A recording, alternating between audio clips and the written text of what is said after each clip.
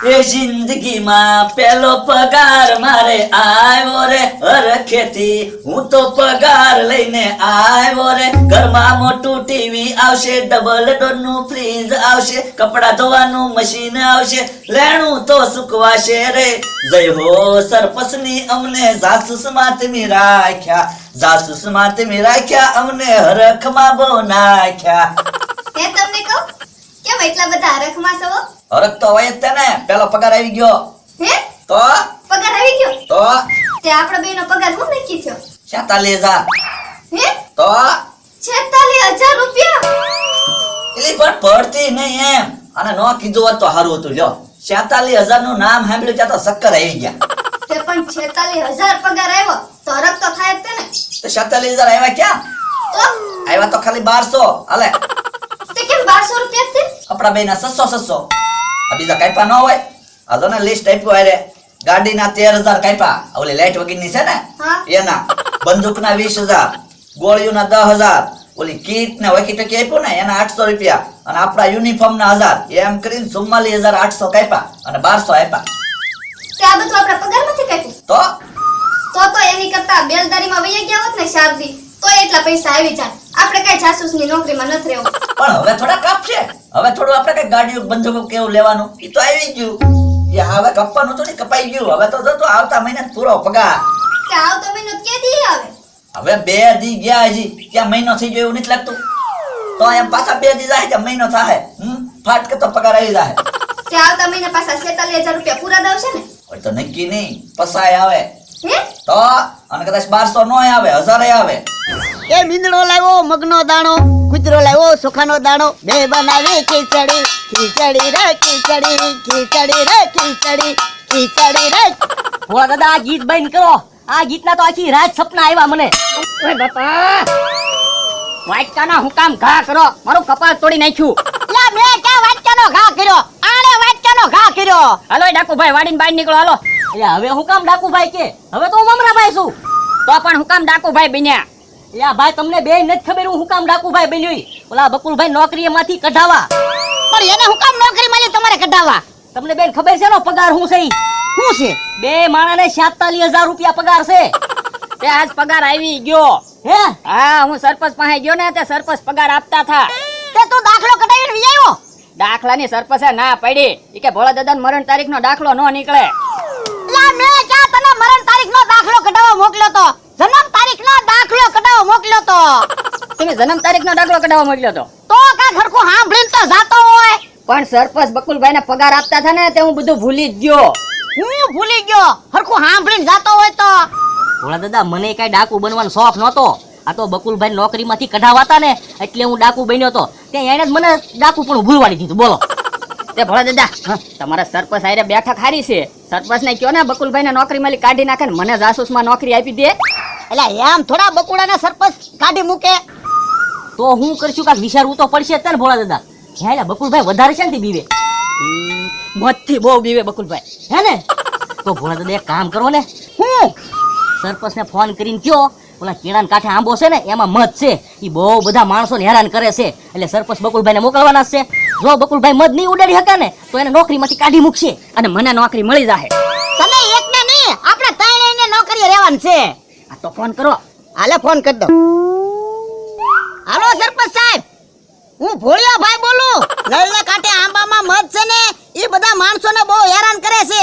તમારા જાસૂસને મોકલો હે ભોળા દાદા હું કીધું સરપંચ સાહેબે એ મમરાભાઈ લાવે મગનો દાણો મારો માણા લાવે સોખાનો દાણો દહીં બનાવી ખીચડી ખીચડી રે ખીચડી ખીચડી રે ખીચડી ખીચડી રે ખીચડી ખીચડી રે ખીચડી ભોળા દાદા બકુલભાઈ આવ્યા આય બકુડા આય જો ભોળા દાદા આ જાસૂસનો સામાન કેમ એટલે કેમ હું સરપંચનો ફોન આવ્યો ઈ કે નળીના કાંઠે ઓલું મધ છે ને એને ઉડાડી આવ્યો હવે ઈ મધ તો કેટલું ખાટું છે હું કેટલો બેવ મેં કીધું મારે નોકરી નથી કરવી તો મને કે ભોળા દાદાને ઓલે બધો સામાન દઈ જા ત્યાં અહીંયા જવો તમને દેવા આવ્યો બકુલભાઈ બીક લાગે ને એવું કામ ન કરાય તો આ પછી હું કઈ મધ ઉડાડતા મને થોડું આવડે તારે નોકરી ન કરવી તો છું એમ તઈને મગને હમણાં ભગાડી દેવી જો હાલો હાલો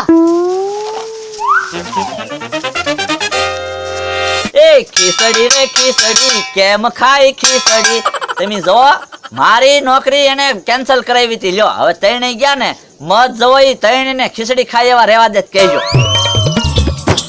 એમ તઈને જાસૂસ બની ગયા ને? હા ઓ ભોળા દાદા, આ પટ્ટા હું કામ આપ્યા? લ્યો આમાં કે જાસૂસ બની ગયા ઈ તમને નથી ખબર. ના ના, પેન્ટ પડી ન જાય ને એટલે. મમરાભાઈ પેન્ટ પડી જાય એટલે નહીં, બંદૂકો ટીંગાડવા પટ્ટા આપ્યા. આટલી બધું બંદૂક ત્યારે હું કામ લીધી? તે બંદૂકો એટલું તો લઈ જ લેવાય ને, તમને ખબર તો છે મારા શોખની. તેને બંદૂકની જરૂર ન પડે, ખોટીની જરૂર પડે. આ હું છે ભોળા દાદા? હા બસ હોટી લઈ લીધી એટલે સારું. લ્યો તો લેવી જ પડે ને હોટી. મેં તો હોટી લીધી પણ તમે ગોદડું શું કામ લીધું?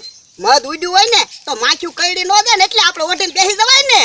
ઈ હાસુ કા? હા તો પણ વાઈટ કોની છે? આપણી પાસે બધી વસ્તુ આવી ગઈ. તો હાલો હબ. હા હાલો હાલો હાલો લે.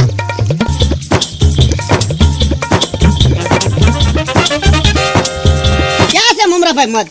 ભોળા દાદા આમ જોવો, આંબા ઉપર રહ્યું. આ મધ તો ઓય રે અવડું તો મધ ખોજો ડુંગર ને નીકળ્યો ઉંદર. મને તો એમ કે અવડું મોટું મધ હશે. તૈણે જાસૂસ ગોઠવાઈ ગયા જવો મધ ઉડાડવા. કેવાક મધ ઉડાડે ઈ જવો તમે. જા લે જા, તું આપણે ઉડાડી જા. ઈ શું કરે તું? એ ગોળી ફોડી, ગોળીના અવાજે વયું જાય ને. ગોળીના અવાજે મધ થોડું ભાગી જાય, ખોટી ગોળી બગાડી તે. તો ભોળા દાદા એક કામ કરો, હું ડાળ ભાંગીને લઈને વઈ આવો. ના રે ના, તું દાળ ભાંગીને અહીંયા મધ લાવ્યો હોય તો મધની માખી અમને ન કાઢી જાય. એક કામ કરીને ડાળ ભાંગીને સીધો પડીને કૂવામાં. ના રે ના, મને ક્યાં તરતા આવડે. એટલે આપણી નોકરીનો સવાલ છે, તારે કૂવામાં પડવું જ જોહે. હવે નોકરીનો સવાલ, મારી તો જિંદગીનો સવાલ છે. તો એક કામ કર, અલ્યા ગોદડું ઓઢીને જા. તે લાવો, જા જા લ્યા. ગોદડું ઓઢીને આગો બેહો.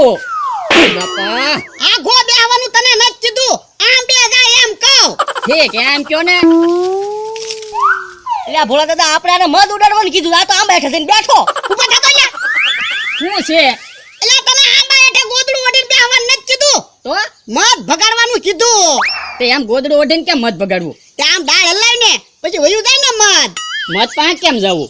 તું રવા દે, તારું કામ નહીં, હું હોટીથી ઉડાડું. ભોળા દાદા આ બધું લઈ આવો. ઓ બાપા તમે મમરાભાઈ જોવો તો ખરા, આંબામાં મધ છે, મારા માથામાં ના બેઠું.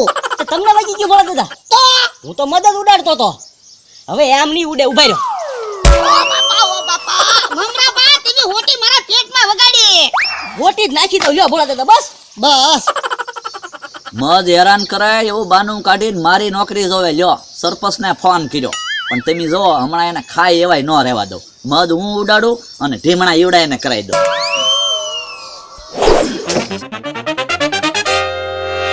એ ભોળા દાદા, હા મધ તો આપણી બાજુ થઈને ભાગ્યું. બાજુ ના આપણી બાજુ જ આવ્યું. લાય ગોદડું લાય. એ મને તો ગોદડું આપો ભોળા દાદા. મમરાભાઈ લાવા દો. લાય તું મમરાભાઈ ભાગો. હું તો આ ઠેલો ઠાકી લઉં. એ ઉડ્યું ઉડ્યું ઉડ્યું. એ માં ગોદડું ચાલે છે. લાય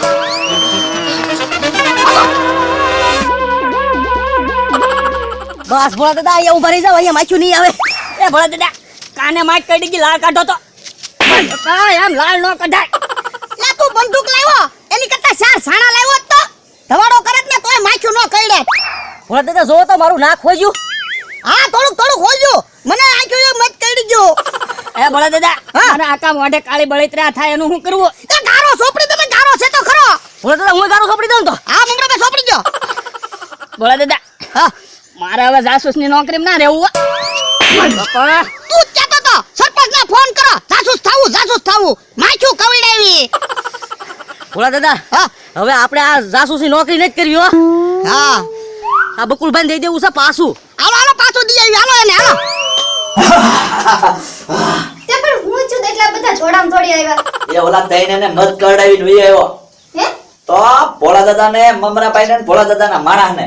તે પણ હું કામ? એટલે હું કામ હું આપણી નોકરી એને લઈ જાવી હતી, એને જાસૂસ બનવું હતું એટલે આવ્યા. આવો આવો ભોળા દાદા. મોકલો. બોલો લ્યો આ શું થઈ ગયું તમારા મોઢે? મધ કઈડી ગયું. લ્યો બોલો હરકો બોલી ને જેકતા જીભમાં નથી કડી ગયું ને. જીભમાં બે માખ્યું કઈડી ગયું એટલે બોલાતું નથી. અને મમરાભાઈ તમને આ નાકે હું છું? બકુલભાઈ એક આયે નાતે બે બધી માખ્યું કરડી ગઈ, નાક જોર હોજીને ગળા જેવું થયું. મને બહુ માખ્યું કરડી ગઈ બકુલભાઈ. બકુડા હા અલે આ બધો સામાન અમારા જાસૂસની નોકરી નથી કરવી. તો કેમ? અરે રહ્યો તમે જાસૂસમાં. અરે આ બકુલભાઈ અમારા પૈસા વેસવામાં લોસા પડે છે એટલે નથી રહેવું. બોલો લ્યો. તો હવે ભળા મધ ઉડાડવાનું શું કરશું? ઈ તું મત ઉડાડી આવજે. તો પણ મને મધ ઉડાડવા જવાનું કયો છો તો પછી આ વસ્તુ તો આપો. તે હું વસ્તુ તો હે જો 1500 સાણા, 1000 રૂપિયા, 4 બાકાસ અને 5 લીટર પેટ્રોલ. મત નથી ઉડાડવું ભલે રહ્યું મત. હા ભોળું છે મત. તો પણ તમને કરડી તો ગયું ને? એ અમને ભલા કહી દો કા ભલા દાદા. તો થેલો ક્યાં છે? ઠેલો આવ્યો બકુલભાઈ, લ્યો તમારો ઠેલો તમે રાખો. હા એમ બંદૂકો ને બધું છે ને? એ બકુલભાઈ બંદૂકો આંબે પડ્યો ને એક ઠેલો અમારી ઝૂંપડી છે લઈ જજો. બોલો લ્યો બધું મૂકીને એમ એમ ને? હાલો મમરા ભાઈ હાલો. એટલે સૌ બાડે તો યા ગોળી ગાસ્તા હો જાસૂસ બનવો તો લે હવે જો આવી ગયા આપડા થેલા. હજી એક થેલો ઝૂંપડીએ પડ્યો ને હમણાં લઈ આવું. પણ આમાં તો મતની માથું છે. ઓય!